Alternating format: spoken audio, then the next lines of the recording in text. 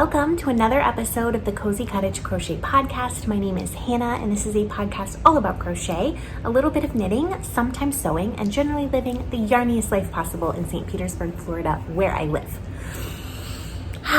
It's Thursday morning. It's about 9:15. The baby just went down for her first nap. We're officially on a 2-nap schedule, although she has been waking up at 5:30 every morning for weeks, which is killing me. Today she actually slept till 6, which was amazing. I got a shower and everything before she woke up. So fingers crossed she takes a good nap and we can get this whole podcast done. If you are looking for me anywhere on the interweb, you can find me as the Cozy Cottage Crochet on Instagram and Facebook, the Cozy Cottage on Ravelry. We do have a Ravelry group for this podcast, linked down below. And if you have anything to say about the podcast specifically, please do email me. That's the best way to reach me. My email is thecozycottagecrochet@gmail.com. Are you ready? Because I actually have some content for once. For once, I have something to show you. Get your tea or your water or whatever kind of drink you have. My drink says Mom on it. Someone got me this. And maybe before Nova was born or right after, I don't remember, but I use this cup constantly. Right now it has some vanilla almond tea in it, Republic of Tea, vanilla almond. Oh my gosh, it is so good. So good. I also have some water because I'm constantly dehydrated for no apparent reason. So this is your bi-weekly reminder to drink some water. You're like a watermelon. You're like 100% water, so drink some, okay? I have some prize winners to announce before we get into the yarny content. So if you were here for the last episode, which was the 100th episode, this is the 101st episode of the Cozy Cottage Crochet podcast. I had 3 prize packages. I have used a random number generator to draw 3 winners from the Ravelry thread. I'm not going to show those prizes off again. I'm just going to announce the winners. And I have already sent you a message if you are the winner. So please get back to me with your full name and your mailing address, and I will get this in the mail to you next week. So the first prize winner is post number 34, who is AJ's Personal Touch. I believe your name is Anjanette. Hopefully I'm pronouncing that correctly. AJ's Personal Touch, you are a winner. Congratulations. The next post is number 107. That is Aquila the Hun. And her name is Aquila. She lives in Virginia. She has her own podcast called the Lefty Knitter Podcast because she's a lefty and a knitter. And I have not watched her podcast in a couple of months because I haven't watched any podcast in a couple of months because Nova has taken over my entire life. Honestly, you guys. But I love her podcast. You should go watch it. She knits, crochets, and currently she's doing so many things with the circular knitting machines. It's incredible, the stuff that she does. So when her name popped up, I was like, oh my gosh, I know you. I feel very special right now. So Aquila, congratulations. I'm gonna send you a message. I feel like I have your address, but I don't know where it is. So you're gonna have to send it to me again. And then finally, the third winner is post number 74, which is Jack Braha 2. I think your name is Jackie. I have no idea where you live because it doesn't say in your Ravelry. So please get back to me with your address, whatever country you live in, and I will mail you a prize. There's 3 prize packages. I have no idea which one's going to whom. It's just going to be based on weight and how far away they have to travel. So hopefully you like what you get when you get it. Now, the reason I have so many things to show you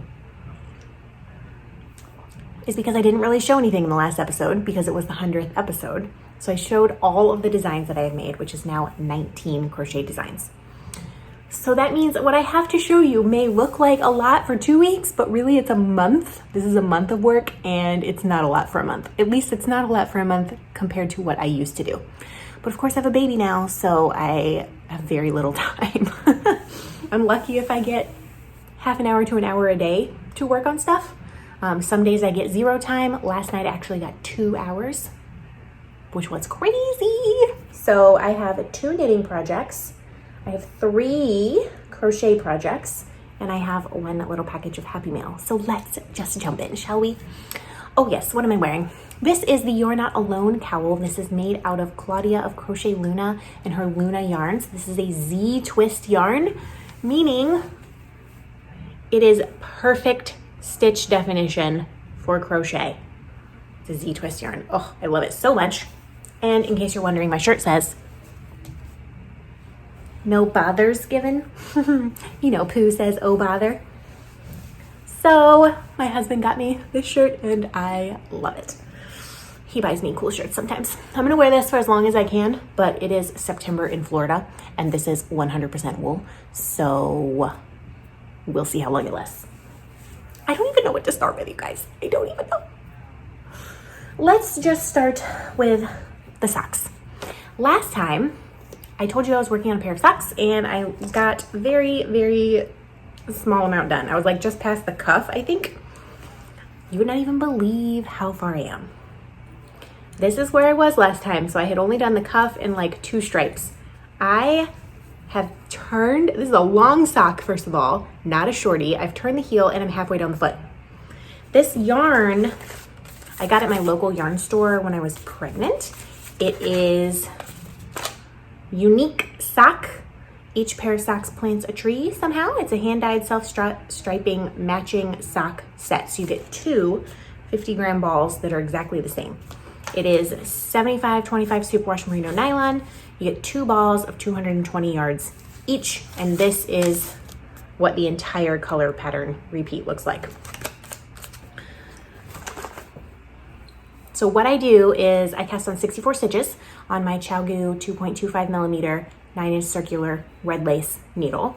I did 15 rows of ribbing on this one. Sometimes I do less than that. I'll do 10 or 12. But I did 15 rows and then I just kind of worked stripes until it full on changed colors. And then I did the heel. Now, normally I do a Fish Lips Kiss heel. I have that memorized and yeah, I definitely can't wear this right now. It's too hot. And I've been holding the baby, trying to get her to go to sleep for like 20 minutes. So my body temperature is high. So I'm gonna just put this, just drape it right there for like background effect. I've messed up my hair already. What kind of a podcast is this, you guys? Come on. So I normally do the Fish Lips Kiss heel. It's the heel I've been using forever. It fits pretty well. I think a heel flap and gusset fits me better, but I don't have that memorized. I find them to be a pain in the butt. Someone, actually multiple people, have suggested using the shadow wrap heel or trying it. It is a pattern by Denise, who is Earth Tones Girl. I adore her. Like, again, haven't watched her podcast in a while because life and baby. But she has the most calming, like peaceful voice. I love, she like pretty much only knits, but if you need to knit socks, she has like a whole sock class. And there is a pattern that she has. Let's see if I can, too much crap in here. If I can show you, it's the Socksploration Shadow Wrap Heel by Denise DeSantis.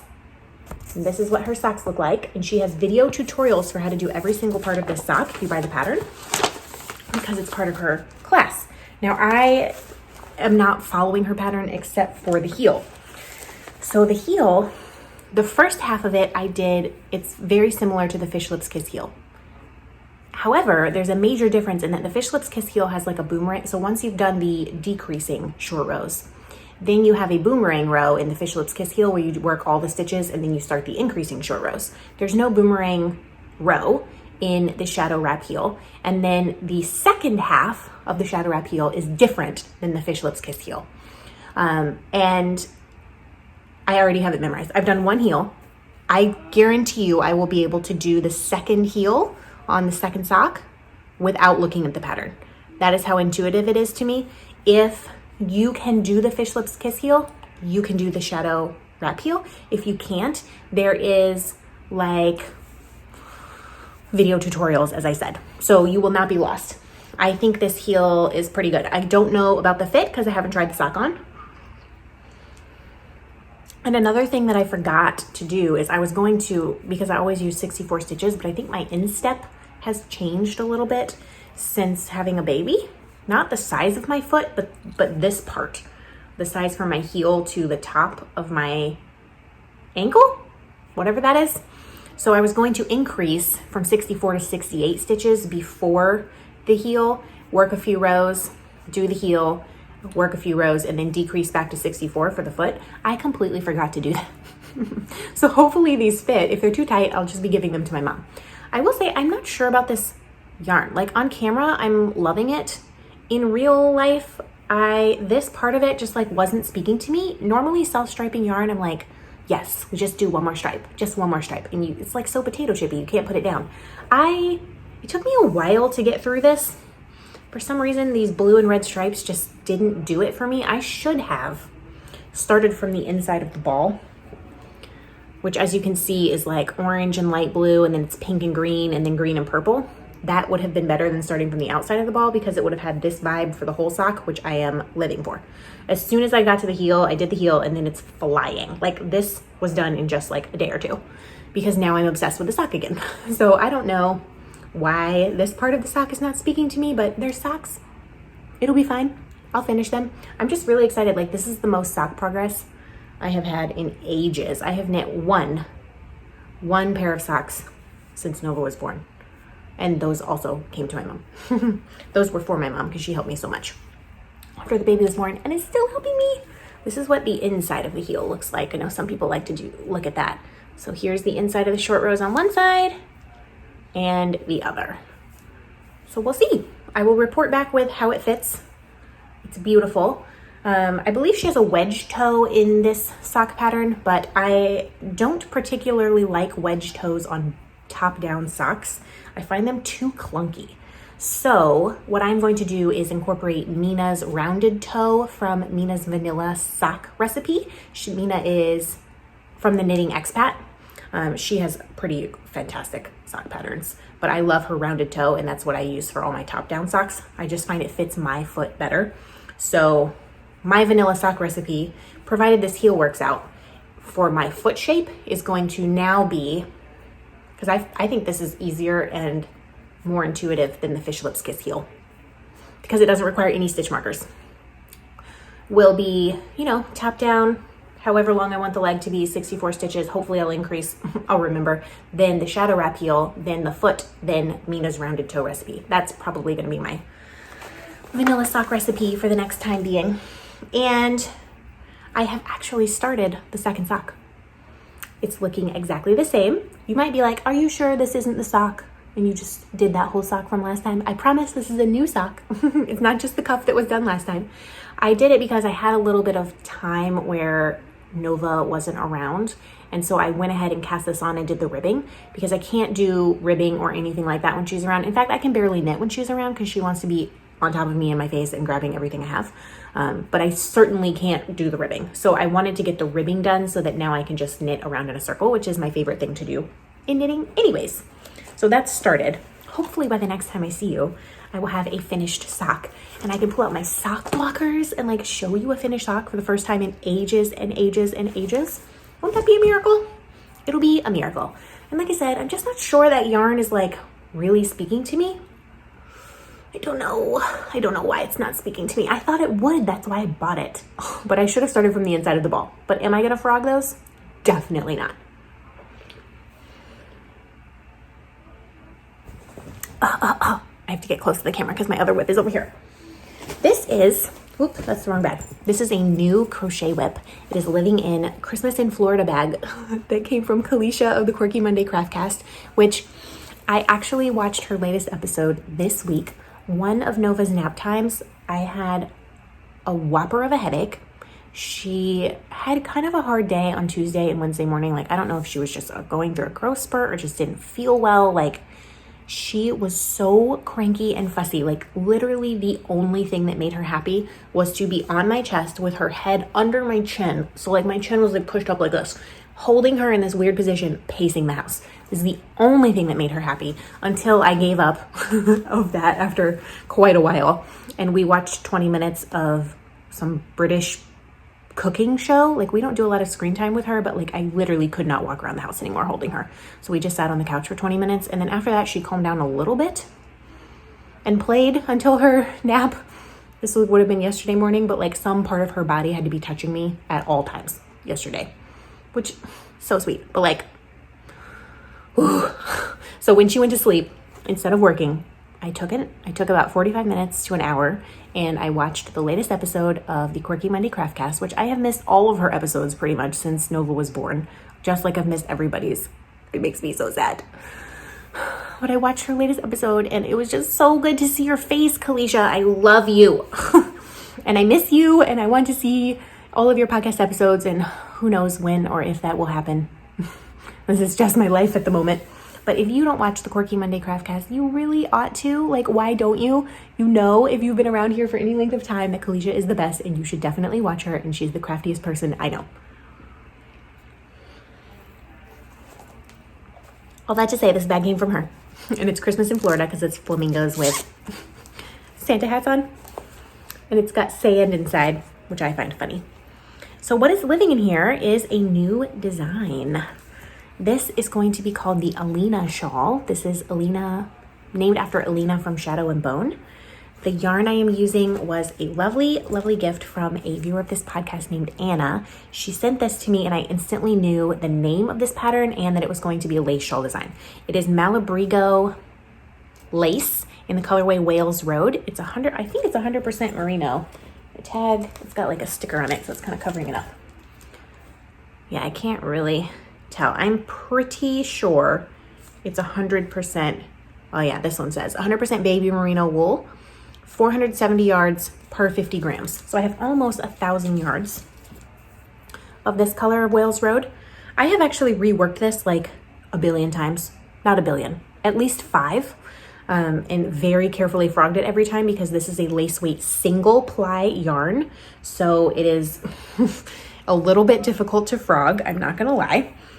And I was originally trying to make this work using the pie expansion principle.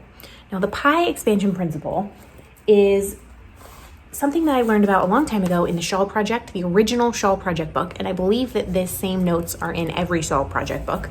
This book is by Joanne Scrace and Kat Golden. I have made 1, 2, 3 of these shawls out of this book.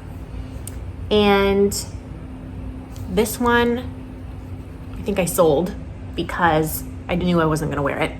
This one I wear to pretty much every wedding I ever do. I made it in blue. I should have brought it out here. I love, love, love this shawl. And then this one I made in pink. It was one of the first things I ever made in like hand-dyed yarn. And I love those 2 shawls. They are never leaving my wardrobe. But the pie expansion principle is basically you only increase when you're gonna double the stitches. So like, let's say you're gonna start with 8 stitches for a semicircle shawl. So you would start with 8 and then you would double it to have 16, and then you would typically keep increasing at the same rate. So then you would have 32, and then you would have 40, and then you would have 48. And then don't make me add, what is that, 56? Math is hard. So you would only actually increase using the pie expansion principle when your stitches are going to double. So 8 to 16 doubles. Then you stay at 16 for a row. Then the next row would be 32. So that's a doubling of 16. So there you go. You double on that row. Then you have a few rows where you work 32 and then you double when you get to 64 stitches. So that's what I was trying to do, but it just wasn't working with this yarn and the pattern that I was trying. So I still have a swatch. I haven't ripped it out yet. This is what it looked like originally. Yeah, this is what it looked like originally.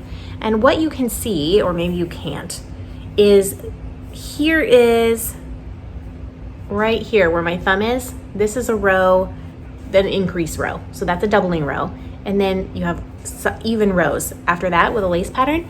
So by the time all of these rows are worked with the same number of stitches, and you can see that it's getting more open and more open and more open. It just doesn't look even. And I have actually used the pie expansion principle on another shawl, the Falling Ivy shawl, and it looks gorgeous and perfect, but it just wasn't working for this lace. So I finally was like, okay, I think I'm gonna have to do a regular expansion. However, regular expansion means you increase by the same amount of stitches every single row. How am I going to work in increasing in the lace pattern? I tried multiple ways, could not figure it out. And finally I was like, what if I increase before? So work extra increases before the lace row. So this is where I'm currently at. And hopefully this isn't blocked, so it's a little, but you can see, here's the lace pattern. Then you have some rows solid. You can see that they're much more even. They're not getting further and further apart. And then you have lace again. So I've worked extra increases. So this is kind of what it looks like so far.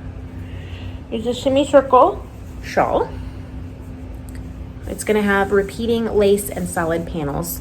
I really need to block this so that I can figure out the gauge, so that I can figure out how big I can get with 1,000 yards of lace weight yarn. There's gonna be so many stitches by the end of this. Semicircular shawls eat up a massive amount of yarn. And pie shawls. Pie shawls in general eat up the most yarn out of any shawls. So that's the Alina. I have to do a lot of math on that one, so that may sit for a bit. I am currently at the part of the month where I don't have brain power for that. But that's one project that I have been tinkering with over the last month. The next project that has gotten a little bit of love is the Obsidian cardigan, which is a pattern design I've been working on in Holst Garn Super Soft. It's living in this lovely waxed canvas and Harris tweed bag that I got from Faye of the Crochet Circle podcast and Provenance Craft Company. I adore this bag. This project has been living in here forever. I'm using Holst Garn Super Soft, which is a misnomer because it's super soft compared to some wool, but it is not super soft compared to merino. So if you're sensitive to wool, this may make you itchy. It is a light fingering weight yarn. It has got lots of spinning oil in it, which I find makes it easier to crochet and knit with. But it does not look as it's fine. Like, it really needs a wash and a block to get to its final fluffy, like woolly state. This is such an affordable option to have. I think I got 750 grams of this for like $40, including shipping. Now, they were having a sale, but you can get 500 gram cones of yarn. So I got a 500 gram cone of yarn. I think I've used about half of it. And I have some little 50 gram balls as well, because I really wasn't sure how much yarn I would need for this project, having never used Holst before. But it is very crumply because I just shoved it in a bag. But it actually has grown a little bit. This is gonna be kind of a boxy open front cardigan, and I know I have a stitch marker somewhere. Now, before you start thinking that I have done from here to here, that's not true. I think I've probably done about this much, a couple inches, because I know for a fact I did not move the stitch marker the last time I showed this. I just don't know when that was. And it made me feel good to have this much progress, even though it's not really real progress. So I left it. So I've probably done like 2 inches. I mean, one row takes me like 20 minutes. So that's pretty good, I think. So this is what it looks like. It's got rib detail going all the way down the arm and behind the neck. And then if I stand, you can see that it's actually getting pretty long. Like, this would be a crop sweater right now. I'm going to need to add at least, probably 8 more inches, I would guess I want to add.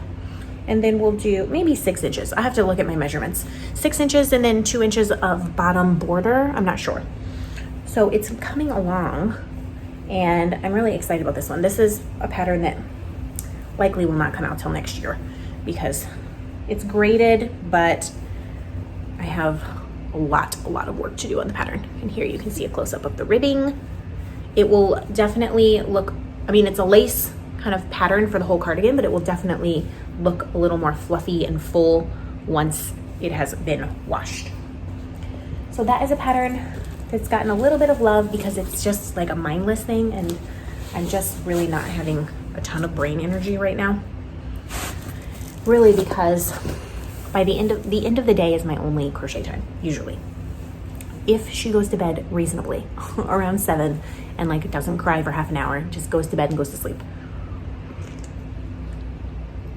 Then I have some crochet time, provided I have the energy to do it. Sometimes I just lay on the couch and stare at the wall. That's how it happens. The next project that's gotten a bit of love is my Skyrim cardigan. This is the long line cardigan pattern by Joji Locatelli. It's my Mission Impossible Mal project. I'm still like not even halfway done.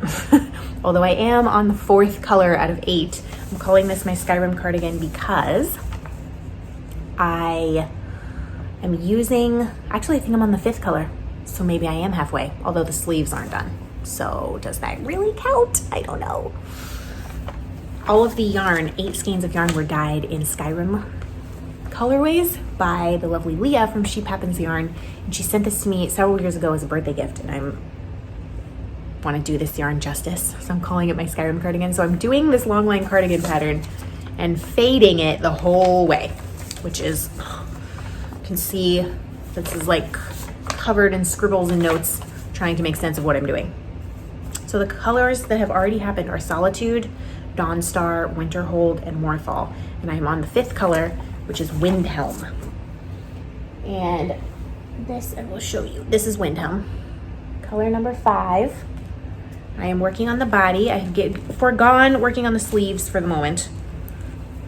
I should have not started the sleeve before, honestly, because now there's just a ball of yarn hanging on the inside that I finally put in a sandwich bag and clipped to the inside of the sweater because it was just getting so tangled.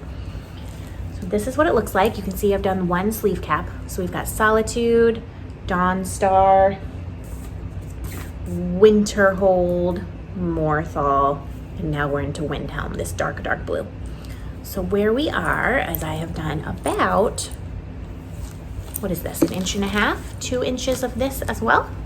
Where this stitch marker was, that's where I was last time. I actually worked 4 rows on this last night. Pretty impressive, right? So I just love this project, but it's like, it just requires so much concentration. Like right now, you'd think I would just be knitting and purling back and forth, and I would be if I wasn't fading, but I'm also fading. So I have a stitch counter where I have to get to 25 rows before I start the next fade. And I am currently at 11, so I have to get to 25. I also have little hash marks over here because every 8th row currently I have to do an increase, which of course, because of the way it fades, because of the way I'm fading it, I now have to do the increases on the purl side, which means I have to make 1 purl right and make 1 purl left because I'm making this harder on myself. So I still have to do that, and then I think I'm gonna have to do an increase row in the middle of my fading section. Drama. It's just a lot. So I really cannot work on this pattern when I don't have brain power, because it just doesn't work. I have to make sure and keep track of what I'm doing. I have multiple things to keep track of on any given time. So that's the Skyrim cardigan. But I have one more project to show you. Can you believe it? All these projects. It's like Project Palooza. Normally I'm like, I have worked on one thing.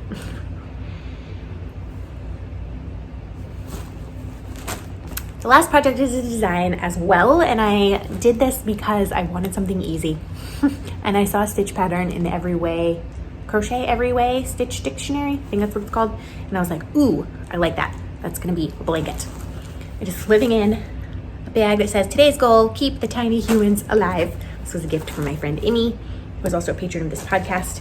I am using Haydenville Valley Yarns Haydenville, rather, in the colorway red. It is a 60% merino, 40% acrylic. And of course, this is, you can get a discount on. I had 4 balls of this left from the red cabled Christmas cardigan that I made at one point, and I wanted to use that. And so I did a gauge swatch. I worked out, graded this pattern from preemie size blanket all the way to king size, and then worked out exactly how much yarn I would need to order to complete this blanket, so that I won't have any going back into my stash. I'm trying to make this a stash buster. So I think I have used 2 balls currently, and I have 6 left. And this is what it looks like. So it's graded. I'm making the baby blanket size, which will be like 36 by 36 inches. This is going to be called the Omega blanket because I think they look like little O's. They're a little squashed at the moment, but once I steam block this, it will be like really good like that. This is being named the Omega blanket after Omega, who is a clone trooper in the Bad Batch clone trooper Star Wars animated series on Disney Plus. If you know, you know. Otherwise, it's just a fun blanket. So I really like this. It's super mindless. I probably did 3 or 4 swatches to get this exactly right, because this stitch, I got this stitch out of the Stitch Dictionary, but I didn't like how flat the openings were. So I reworked it like 3 or 4 times to and I've essentially changed the stitch pattern. Like I got the basic idea from the Stitch Dictionary, but now I've changed it to be what this is because it's different. If you pulled this out of the Crochet Every Way Stitch Dictionary, it would not be the same stitch anymore. Same basic idea, but not the same stitch. So I don't know how many rows in. I think I need to do like 130 something. 4, 8, 12, 16, 20. I'm like 32 rows in. So I still got quite a ways. I love having this project on the go because it gives me something that is completely mindless. Once I got like to here, completely memorized, no questions. It's a 8-row repeat, but only 2 of those rows have any paying attention to them. I'm like, you will have this memorized so fast. So I really, really like this. And now that I see it on camera, I like it even more. I like it in real life, but I like it even more. So yeah, that's the Omega blanket. I think it will be gorgeous. And I am working on writing up the pattern for the Cozy Up blanket, which is, I don't have that to show you because it's in Nova's bedroom and I'm not about to risk waking her up and sneaking in there. It's a baby blanket that she uses that's also been graded from preemie size all the way to king size using Bernat velvet yarn. But I have the pattern mostly written, but of course I have to take photos and I have to do a bunch of other stuff. So it will be a while. The Tunisian crochet cowl is currently in testing. So once that is finished, that should be out by the end of September, I think. So hopefully that will come out in September and then the Cozy Up blanket will come out in October, which would be really exciting. And then I have a very special surprise pattern coming in November. To use your Advent minis on. Haha! Now, a little bit of happy mail, which will at some point be a design as well. Although I have to do a lot of swatching and I'm not in that place anymore. So I got this package in the mail from Emmy, who is a patron, like I said, and she sent me everything she sent me is in this bag. So it's in like a project bag. There's also a little sheep that says "You Rock," which I thought was adorable. She sent me the Shawl Project Book 4, and I already talked about how much I love the Shawl Project book. So these are the shawls in this one. This one is seriously speaking to me, as is this one. So I may have to go stash diving to see what I can make from this. I have, of course, a crochet hook in here. And what she sent was also some tea that's shoved in the bottom of the bag. She sent a giant cake of yarn. It is called Durable Color Cake. It is a cotton yarn. The colorway is Upside Down Pineapple. It is 55% cotton and 45% anti-pilling acrylic. Now, I have never heard of this yarn before. There is a place, so I looked online for it. It's quite affordable because you get, how much do you get? 1,000 meters. You get 250 grams and 1,000 meters. And this is the cake. Like, that's fantastic. It reminds me of like a sheepy's, I can't pronounce that word, cake. But of course this is cotton, and yeah, it just goes. And then there was also a matching little green ball that's just a solid color. When I saw this, had a shape in mind instantly of a shawl that I wanted to make, but when I started swatching, I could not make this yarn work for that shape. Like, it's just not going to work. You can't force yarn to do something it doesn't want to do. So I'm going to save that shape for something else. And I just started playing around with stitches. And so this is like a teeny little baby swatch that I am in love with. So as you can see, there's a little bit of ribbing, just a little bit of solid stitches, but this is perfect. This is perfect. The only question I have is, do I need to go up a hook size? So I'm currently using a 3mm hook. I might try it with a 3.25 or 3.5 and see what that is like. But I am obsessed with this. This, if I can get it to focus, it's not gonna focus. I don't know why it's not focusing, but I love it. So someday this will look exactly like it's supposed to. I knew I didn't even want this to go into my stash. I was like, ooh, this needs to be something. Like one project with one giant ball of yarn that gradiates. I think it's gonna be a wrap, possibly on the bias. When will this happen? I don't know. You guys have been around long enough to know that things tend to take me quite a long time. But that's just life. Life in the big city. So thank you, Emmy. I have also designed something else with her yarn, and it's the Queerly Beloved cowl that I have got to fix and finish those crochet cables. And I just, every time I look at it, I'm like, I can't do it. But it will happen. It will happen. It might be a year from now, but I promise it will happen. So yeah, that is everything that I've been working on. And it seems like a very large amount of stuff to me because I feel like I haven't had that much to show in a long time. But like I said, it was a month. That's a month's worth of work. I really miss watching podcasts and just having yarn time.